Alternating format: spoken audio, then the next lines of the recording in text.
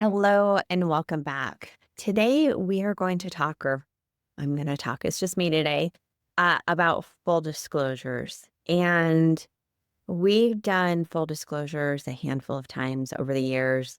And I would say, I don't know if you go back like 4 months ago, 5 months ago, we did a full disclosure series where you could go through and listen to all the different episodes talking about kind of the ins and outs of disclosure.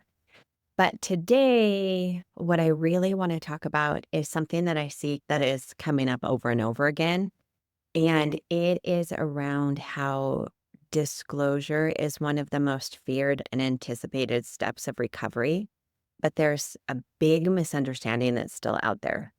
A lot of people assume, and I know we've even talked about this in the podcast, but I really want to hone in on why this is important, that many people assume that once the disclosure happens, everything should be resolved. And really, full disclosure is the beginning of trust, the beginning of trust. So, a lot of times with full disclosure, I will, and I'll actually hear this from both partners, but I'll start with the one who had the trust breaking behavior or behaviors.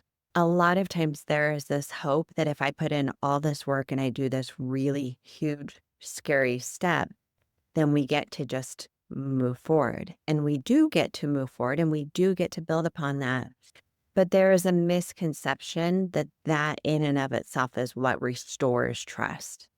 And trust is not just simply restored, it has to be rebuilt piece by piece. And full disclosures really will be the beginning of many more deeper conversations. So we're going to go into that a little bit today.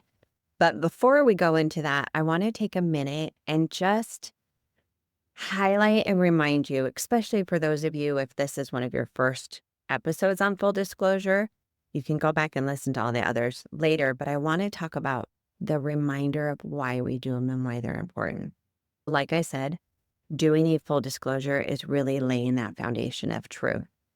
And when we have had secret hidden behaviors, that's one of the most damaging things we can have for a relationship. So many times I will hear things like, it's not the different types of acting out. While those are painful, it's truly the lying, the hiding. It's the years of believing one thing and finding out it's something else. And I have done many full disclosures over the years. And what's always interesting to me is the things that stand out that are so damaging to the relationship sometimes are the simplest of details. And underneath those simple, though they're never simple details, is the deeper violation of trust that has happened, that has occurred, that's really damaged the relationship. So when we do a full disclosure, we are going back and we are laying the foundation of truth. We are giving the partner the information and all those missing puzzle pieces so they can understand the bigger picture of what's going on and even the bigger picture of what they're committing to.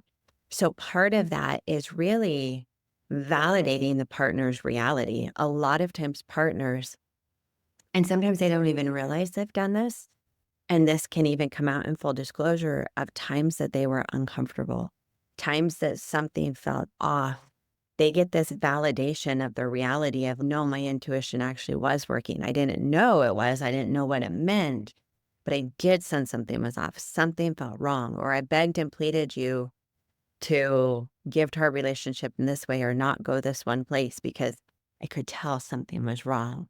And so that validating of the partner's reality is something that also we do.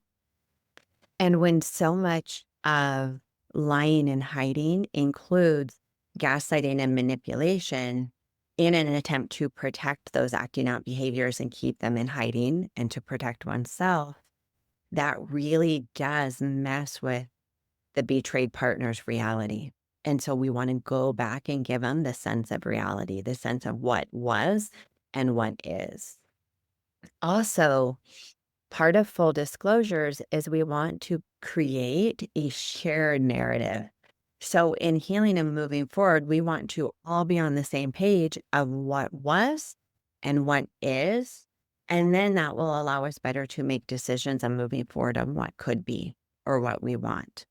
So we need to both be working from that same truth. So if there are still lies, half truths, omissions, healing is happening under false pretenses. And we can't have that true lasting healing and recovery.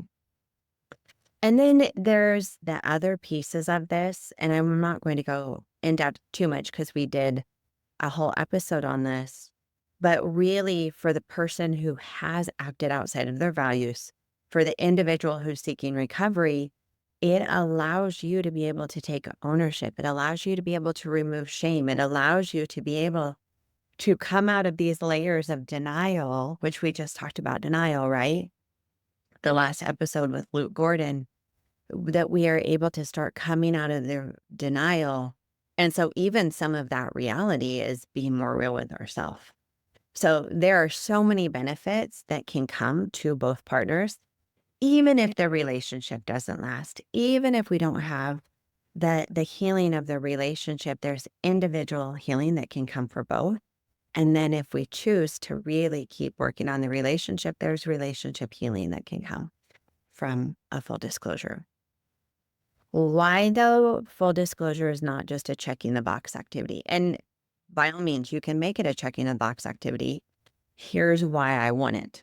I wouldn't do it because it's a whole heck of a lot of work and a lot of money and a lot of time and energy to just check a box. When we just check a box, we are not actually healing and progressing and moving forward. We're doing a thing, and a thing may have some immediate benefits, but the long-lasting change that we want, that comes from not checking a box, but really trying to change patterns and change habits. And so if we have it in our mind that I'm going to do full disclosure and do this hard thing so we can just be okay, it's not going to work in the way that you intended. It's a full disclosure. It's not a one and done conversation. It's a starting point for deeper healing. So like I said, it's laying the groundwork, and the real rebuilding of trust happens with the consistent actions that follow. Also, an important piece is that questions and emotions will continue to arise. So partners can submit questions ahead of time before the disclosure. Two things come up around the questions that I see the most. One is if I don't think of every question, then they might not tell me, because it's been a pattern in the past where the only way they got some sense of truth was if they were asking the questions. And so then there's this, I have to think of everything and know every question or I'm not going to get my answers, which the full disclosure process is created to help you step out of that. And they are going into the place of active truth telling versus that passive truth telling where they just respond. So that's one thing I see. The other piece I see around the questions is this fear of if I don't ask the question now, I'll never be able to ask it again. And that couldn't be further from the truth. And I really want the individual who's seeking recovery, who has violated trust, really want you to hear this, that you need to continue to be a safe place for them to ask questions to. Henry Cloud, the author of the book Boundaries, he said, the marks of a truly safe person is that they're confrontable. And so as we continue to heal, there's going to be different levels and layers to the healing. So where the question maybe in the beginning was, did you ever act out with another person? That question may shift over time of how could you act out with a person? How did you get from being totally committed to me to even flirting and being interested in another person? How did this? And these layers happen as we continue to do our work. And they could happen deeper or they could happen to more surface level questions. But questions and emotions will continue to arise, especially when we have situations that may trigger a reminder of a certain situation, or a smell or feelings may evoke that trauma response. And we'll need, again, some of those same answers. Because, and this is another reason why it's not just a check the box, healing requires time and reassurance. And sometimes reassurance over and over and over again as we continue to heal. And that really is how our attachment system works. Our attachment system gets that message that we are safe and can have a secure attachment when we are in distress and need that comfort from another person, that it happens with reliability, with consistency, and I start to learn that I can turn to you. So those reassurances, those answering the questions sometimes multiple times is what heals that attachment injury. And so there's no way we can check a box with that. I'll just say, I wish we could. And I bet every betrayed partner wishes that we could just check a box and move forward and not be in pain. But unfortunately, that healing does require time, continual resurface of emotions as we work through them, and needing of that continual reassurance. So there's no, this almost sounds flippant, but there's no free pass to move on. For those who have done the betraying, it can be really tempting to think, I've told the truth, now we get to move on. Healing, again, does not work that way. The past isn't erased. It has to be worked through with patience, empathy, and a commitment to this long-term change and long-term healing. So if you are preparing for a full disclosure and you're wondering, is this necessary? I say yes. It's a very important step in the healing process for both of you. And it's just that, it's a step. It's not now we get to sit down and we unpack here. It's not a one-time conversation. It's not a quick fix. It's a journey, and the full disclosure is about making sure that journey is built on a solid foundation of truth. And if you've already been through the full disclosure and you feel like you can't still talk about it or ask questions, or you are starting to get pulled into that liar trap that the other person doesn't get to ask questions, or this is a one and done, it's okay to say, hold on, I got pulled into this trap and we want to do this right. We didn't go through all this work for no reason. Let's make sure we're still doing it the right way. Let's let this be continual healing so we really can heal and move forward, and we don't stall out our healing here. As always, as you're in this journey, be gentle with yourself. For you who has been betrayed, self-compassion. And for the partner who is doing your work and trying to heal, you will be tempted to give up. It will feel like the mountain ahead of you is too big. And I promise you, you just keep taking one foot in front of the other. Healing can happen for you. And every step of healing you take for you gives a fighting chance for your relationships. And I say relationships because all relationships in your life have an opportunity to be healthier. So keep going, keep putting one foot in front of the other. And as always, thank you for hanging out with us this week. And we look forward to seeing you all next week. Hey guys, I am super excited to talk to you about our latest intensive that we have coming up. It's called Men's Journey to Wholeness. Prior to this, many of you attended Unmasked, and Men's Journey to Wholeness is the next level of recovery. It's more of phase 2 recovery.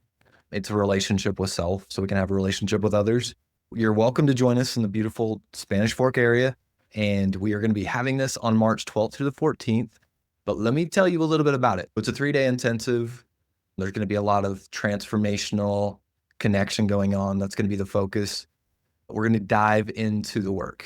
We're open to all men. So whether you attended the Unmasked intensive or not, it's okay.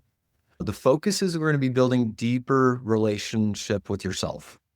A lot of times men are trying to kill that part of them that made these horrible choices. They don't like that part of them.